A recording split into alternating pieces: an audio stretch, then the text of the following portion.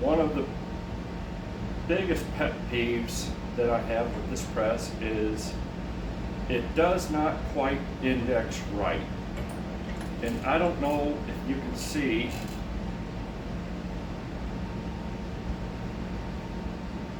where I'm pointing right here. There is a pin that goes through a hole that is in the shell plate.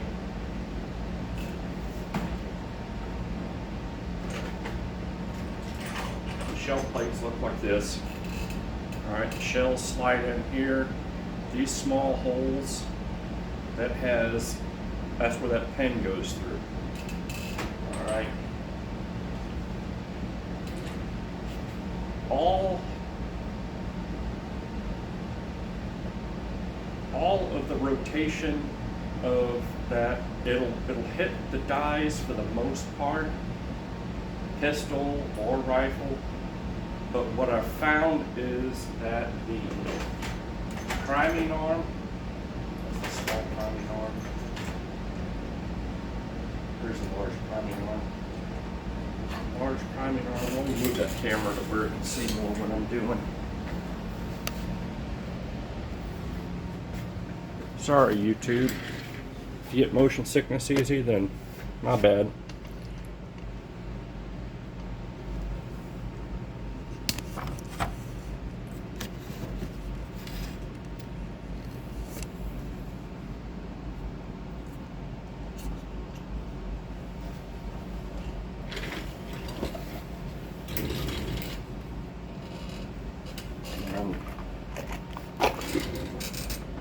Let me pause the video for just a second.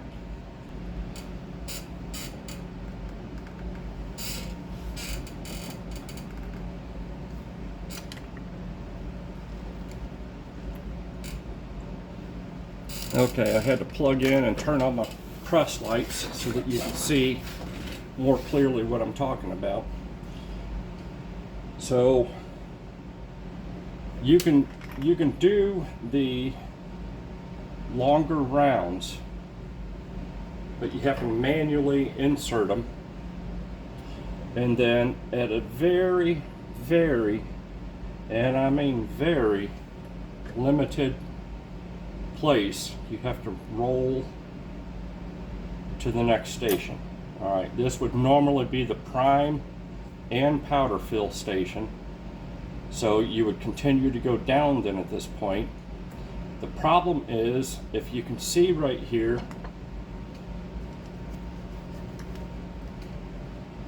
where the top of that pin is starting to come through that index hole,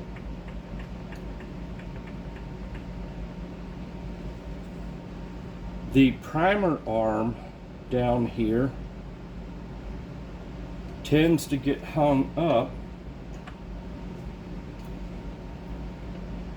on the right hand edge of the shell plate. There's only about 5/1000ths of an inch of clearance between the metal cup holder and the shell plate itself. So if you're not really watching what you're doing and you're feeding it around, you cannot, absolutely, there's no way this thing will do 500 rounds an hour, because you have to manually put pressure on your next round that's loaded as you're going down, and roll the indexing shell plate counterclockwise so that you can get that primer arm then to line up. And it takes up a few thousandths of an inch of slack that's in the alignment pin versus the hole. Now, I've checked this with 3 different shell plates for 3 different calipers, and it is most notable with anything that takes a large primer, but it is present with all of them. I have a lot of times, let's see if I can make the noise.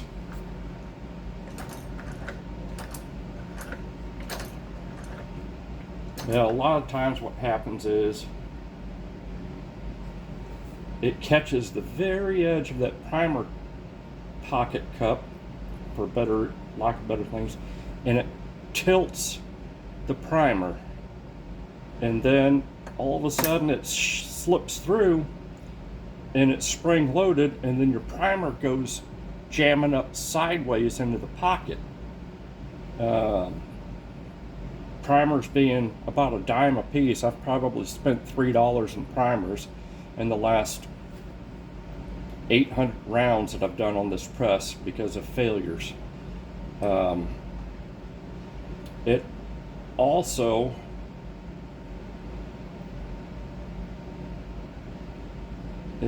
I thought maybe it was some alignment issues early on with the 357s that I were doing in an earlier video, but this is pretty, it's pretty common now. This is actually my second large one. My original large one does not quite move like it should in the press. There you go, see right there, it got stuck in the up position. So it's just I don't know if the casting from Lee on this particular part is, I'm guessing it's too big. It needs to be sanded down a little bit. All right, and then the safety prime system is a royal pain in the butt. You have to have that press in exactly the right position in order for that thing to be able to line up. All right, so when you're talking about now you've got all 4 stations going, your crimp station requires quite a bit of force in the upstroke, as well as if you are doing a collet neck sizing only, you have to have at least 25 pounds of up force in order to tension the neck right. So you've got it up, and then you swing this arm into place, and there's just no real happy medium for knowing when you're going to be able to get that primer to go right into that pocket right, not be sideways and not fall on the floor. So I have found that even in pistol cartridges, I'm almost having to do this in a old-fashioned turret press where it does not manually advance kind of way, where I'm having to deprime, then prime in an operation and send it through all the other stations and wind up with your brass that's primed, resized, and ready to go, and then you're able to proceed. So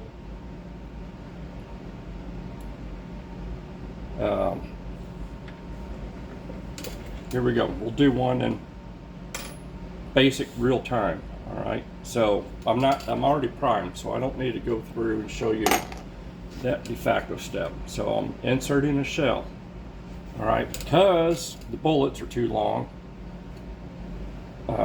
you cannot advance past your seating die or your crimp die once the bullet is inserted. So now you got to raise this dude up just enough to clear that indexing pin, but not so much that your bullets are going to catch. You'll see that in just a second.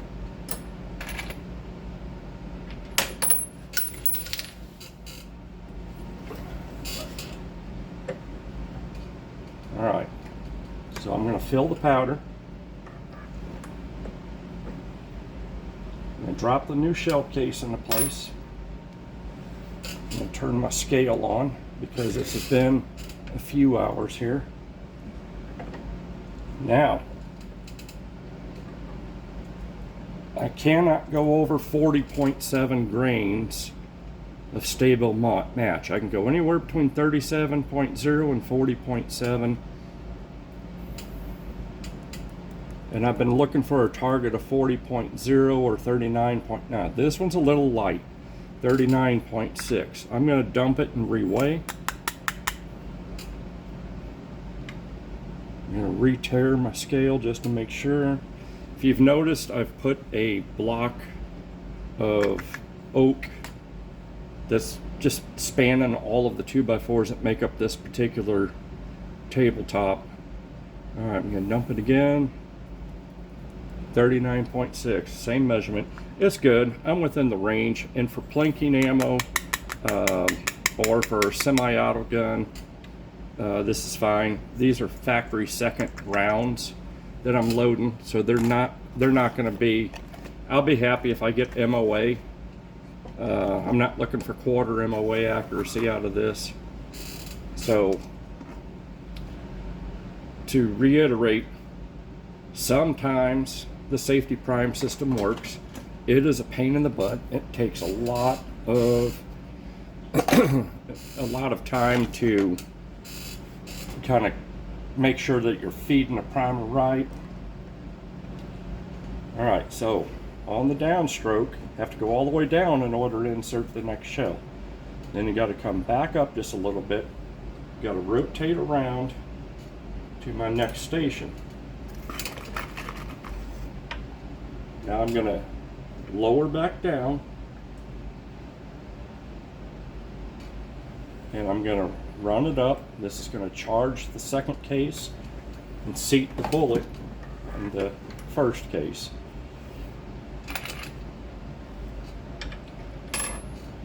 Alright, see how much work I'm having to do with my hands? I just dropped another case there. The automatic case feeder, I probably can go ahead and put shells back in it and get it to start working again now that I'm at this phase. But I have it removed, so for simplicity. However, with it in place, if you have a malfunction on one of the other steps, then you got to remove it. All right, for prosperities, 39.6, yeah, pretty consistent.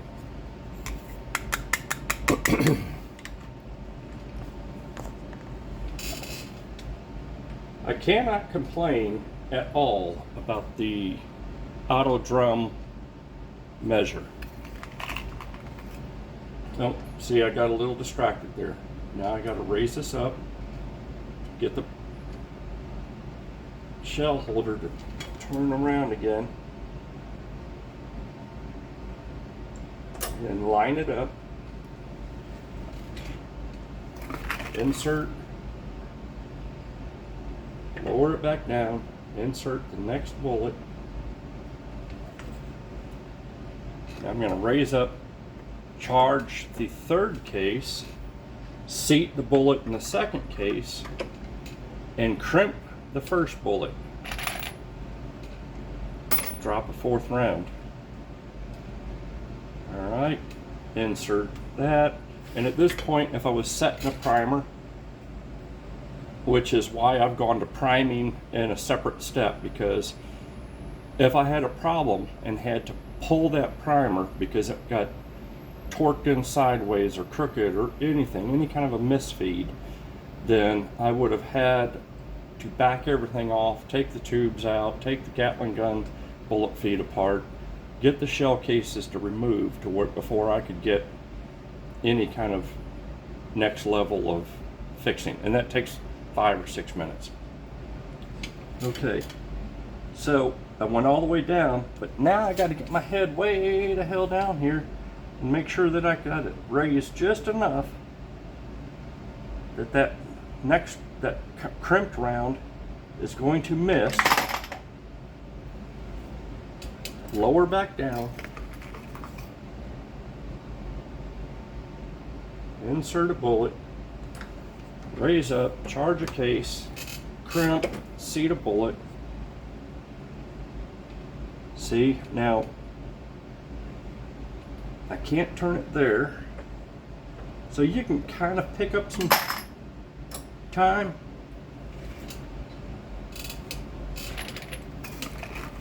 I don't know that I could make 100 rounds a minute, even in bulk.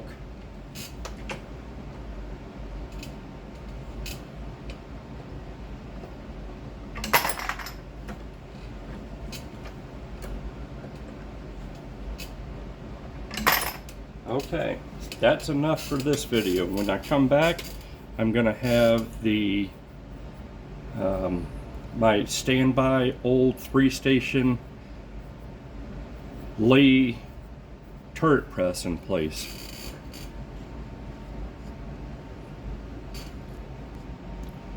Okay, I have my old faithful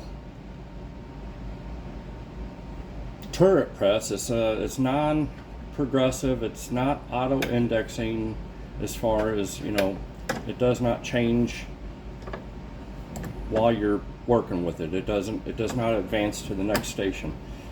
However, and it also only has 3 holes for a 3-station press.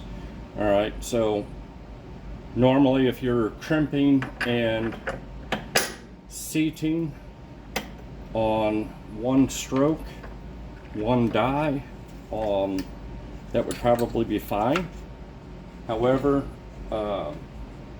I have gotten to where that causes rippled cases, and sometimes I load a lot of hand load lead cast, and all of that makes for shaved lead, inaccurate bullets. So I find that I seat a bullet in one step and I crimp it in the next, and that gives me a lot more control, because I'm no longer, once that crimp is crimping in on that bullet, if you're doing it in the same step as it's beginning to squeeze in, you're also still forcing the bullet into the case. So it gets tighter, and then the bullet then wants to go deeper, and that's where you get the buckled cases.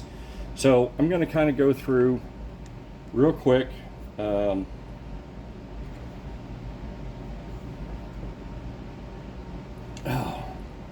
These breech lock dies, they're great if you want to set up a die, and that's it. It's done, and you can put it away and switch it to the next station. However, what I've found on Lee's website is that the turret that's large enough to turn as I'm working it and work with the rifle cartridges like 6.5 Creed, 30-30, 444, and 7 mag, I need a larger press. And I'm going to be ordering that, and it'll be a 4-station, not a 6-station. Still not quite as good as I want, but the 6-station is again only good for short rounds. So this is an extension body for the auto drum measure. All right, they have 2 different lengths. You have to buy a kit that comes with 2 dies, unless you're not going to do multiple calibers like me. Without this is good for short pistol rounds. Once you get to about, I think the direction said, I'm not quite sure. Not gonna quote it. All right, so the way this works is you have to grab a primed case, and you run this down until you start feeling tension right there. All right, so now I'm going to run this down a little bit more, and I'm going to be checking for this gap to close as this comes up and activates. All right, let's go another full 2 turns. You don't want to go up too high. Let's do 2 more.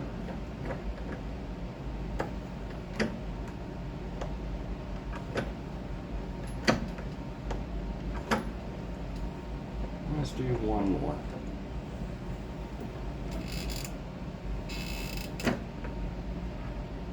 Alright, I've got just a little bit of a gap there on the side facing the camera, right up top there. And I'm going to check all the way around.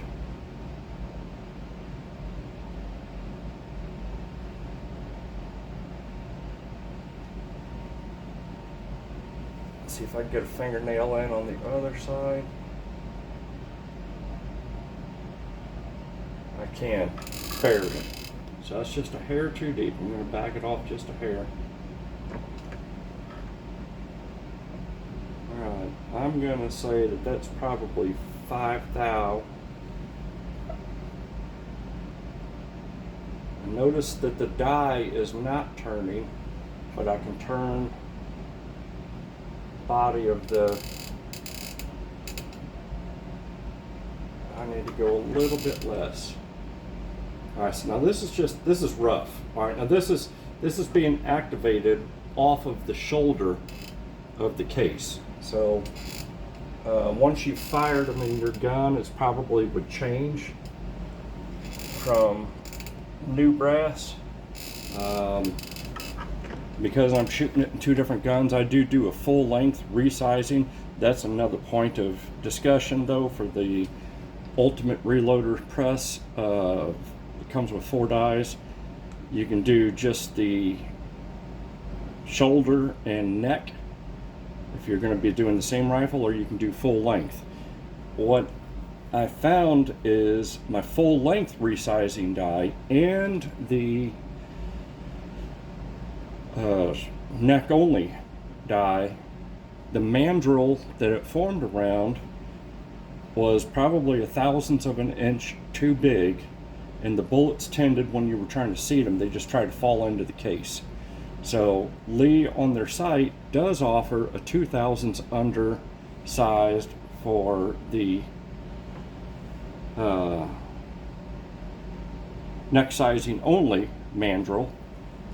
And that's super slick. You just unbolt the top of this die.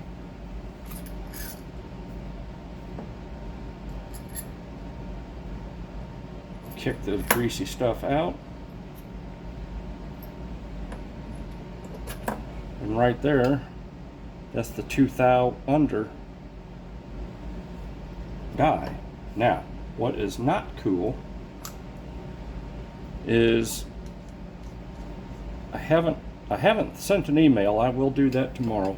I have not sent an email to find out if, because according to their website, the full length sizing die, there is not a 2/1000th under stem, and I need one of those desperately. So I'm either going to have to turn the factory one down 2/1000ths of an inch, or turn it 1,000 and repolish it and get that 2,000, or hopefully they can do that and send it to me in the mail a lot cheaper than I can make it. All right, so we're going to go ahead and set the lock ring on this dude.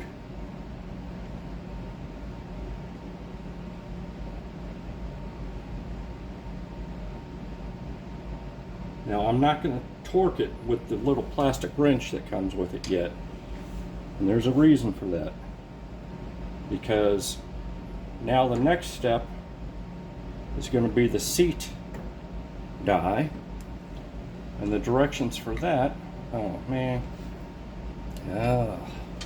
forgot I've still got all of the breech lock plugs, or breech lock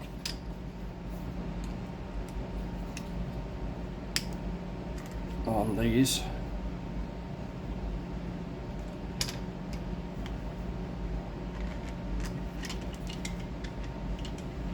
My fingers are so raw from moving these things on and off. You wouldn't think that those splines are nice and square, just like the splines on a, you know, drive shaft or axle shaft. But my goodness, I've done so much of this in the last 12 hours. My fingers are just absolutely raw. So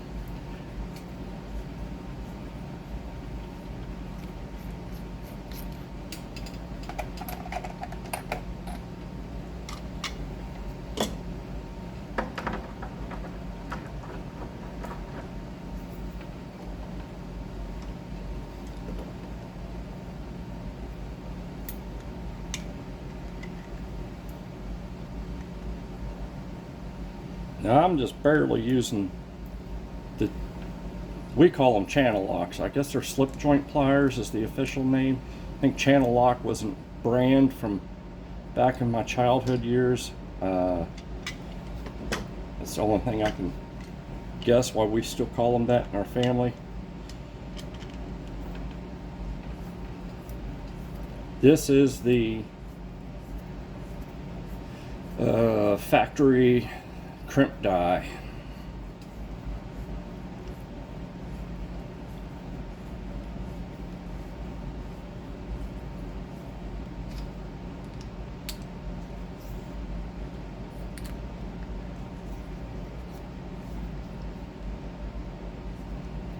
Now you notice I'm grabbing the knurled part of the die body.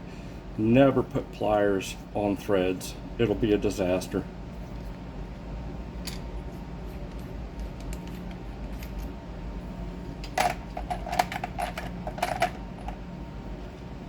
Okay, for the purposes of getting this set up, that's the last one I need to do.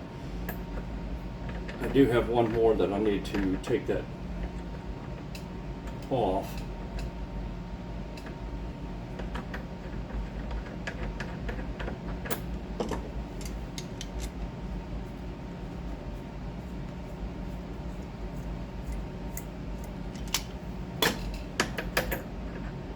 Okay, so the directions for seating and setting up the seat is to bring the seating die down all the way till it touches the shell holder and then go an extra half of a turn. Alright, see how that's moving everything, but just barely. And that's why they want the extra.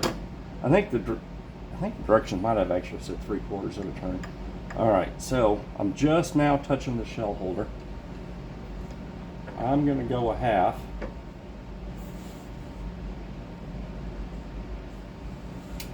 And then I'm going to lock that dude in place.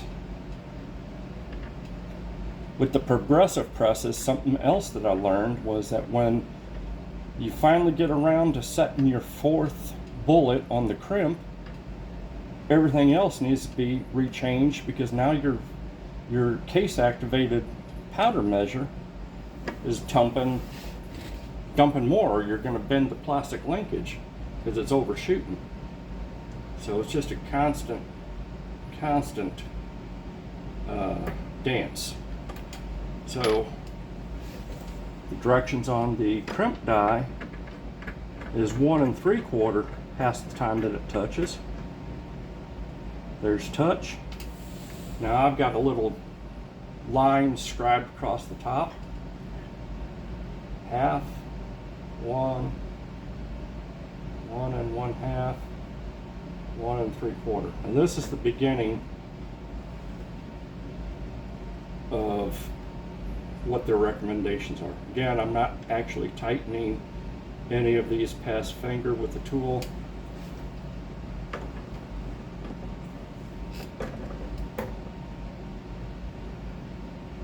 Now that everything's out of the way, I'm going to turn the body of this to where I can kind of keep an eye on things. The body of the case activated powder measure. Now this kit actually came with a clear bottle and this adapter, which this adapter will screw right onto most brands' gunpowder cans. However, can you see when this powder is about empty? I can't. And so it actually fits the bottle of the gunpowder can really nicely. But this clear plastic bottle that came with it, it's like a quarter turn. So, and then it's easy to cross thread or strip. So, oh, and I had to take this whole apparatus apart and get this set differently right out of the box, and it's just not as good of a quality as what came with my deluxe powder measure that is mounted up here. I built this bracket so that it would hold it in the right spot for me. So, but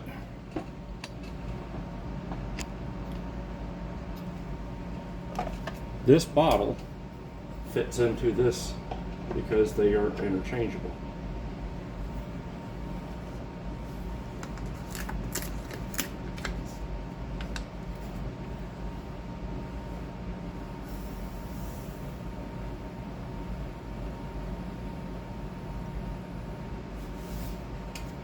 Alright, new press setup, so I am definitely going to be walking through real slow on measuring powder, just to make sure that shouldn't have changed. All I did is I took the powder measure off of one press and put it on another. Alright, did I turn that on? I don't think I turned that on. Now it's on. Alright, and they say for every cc, cubic centimeter of measure, you want 1 second for fill time on the drum itself. Alright, so I'm going to raise that up. Again, I'm going to triple check. I'm not over pressing. I'm going to bring it back down.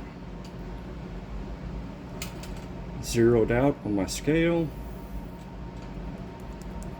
Okay, dumping just a little bit more. That one dumped at 40.1. If you remember from earlier, that was actually my target because my max is 40.7. And I don't like shooting maxes out of precision guns or any gun.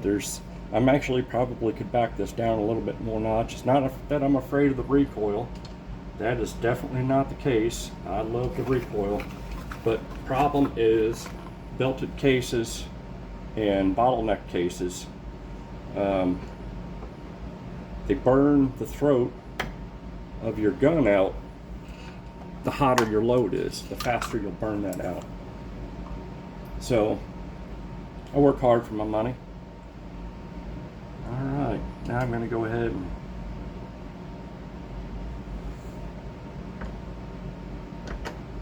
double checking my seating depth. These bullets have a crimp groove. Like I said earlier, these are factory seconds. It looks about like where I want it to be. I don't know if you can see how I am approaching the very top of that crimp groove. I can still see a little bit of a crimp groove, couple more thousand, so it would be completely disappeared. Now I'm going to go ahead and back that seating stem out because I was not bottomed on my stroke. I'm going to lower the ram all the way. Now I'm going to turn this in slowly. There, I just felt it touch. Just a light little touch. Now that one is set. So much simpler than the Progressive, because now the Progressive, I'd have to come back and reset that again after I got the tension set. Now this I'm going to stand up for so I can watch the bullet come through. Watch how much tension I'm putting on it.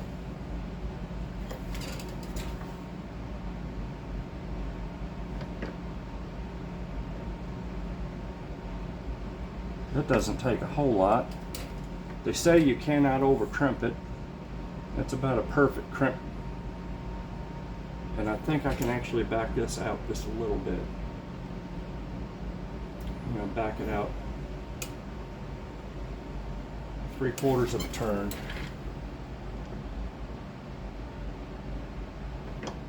I'm going to try that on one more.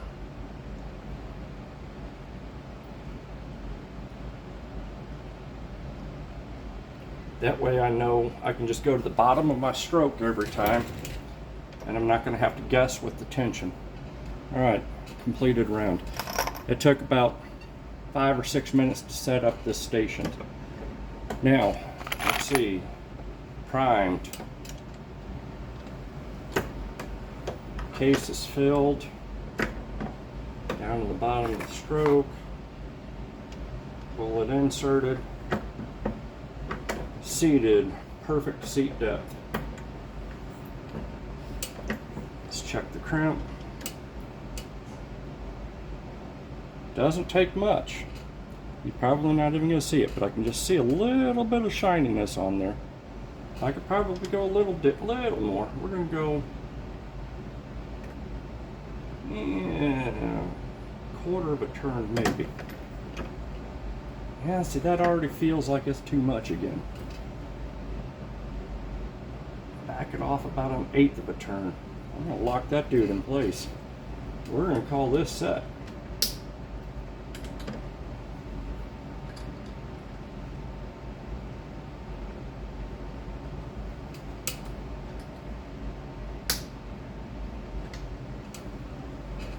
And now the next time, since I know that I'm not going to be ever changing this, what I will do is the charging die adapter, that's going to change. The settings on this is going to change. So it'll pull off. I'll change cartridges, do 30-30, 444, or 7 mag, or 300, or anything else. And that body will, this measurement and this height, that will change. But eventually, whatever one of these depriming and neck sizers, depriming and resizing dies that I get, ideally I'm going to separate about 200 rounds out from a bolt gun, and then keep about 800 out from my semi-auto, and I will only do neck only on my bolt gun cases, and then my semi-auto cases, if I can get Lee to give me the decapping stem for the full length sizer that's turned 2 thou under, that's going to be ideal, and I'll go to using that as well.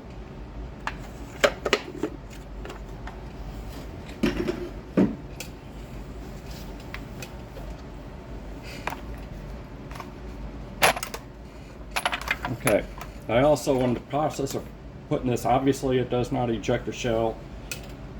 I had to move my bracket, my bin bracket, from the right side from where the other press was over to the left side here, which is where, you know, I could set up a couple of different trays, do whatever. This tray is starting to get kind of heavy. There's probably 50 rounds in there. All right, let's see what I can do at speed here.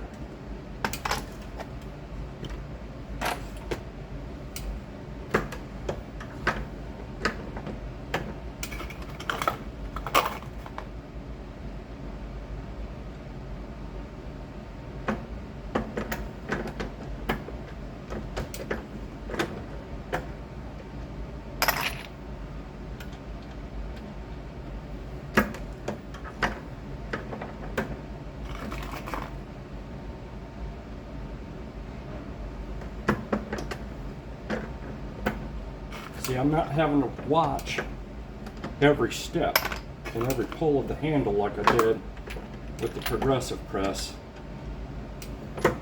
So that one's going to be pistols only. The progressive press is. I am ordering an original Lee cast iron 4-station turret press, which will auto index, and that should be waiting for me next weekend. I can't wait to review that one and see if that solves all of my large rifle case needs, problems, etc.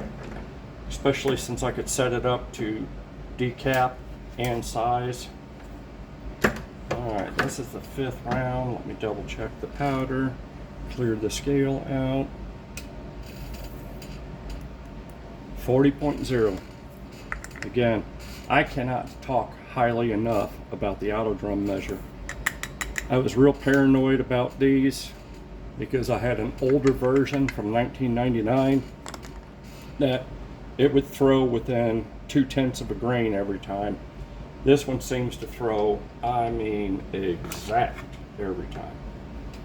Oops.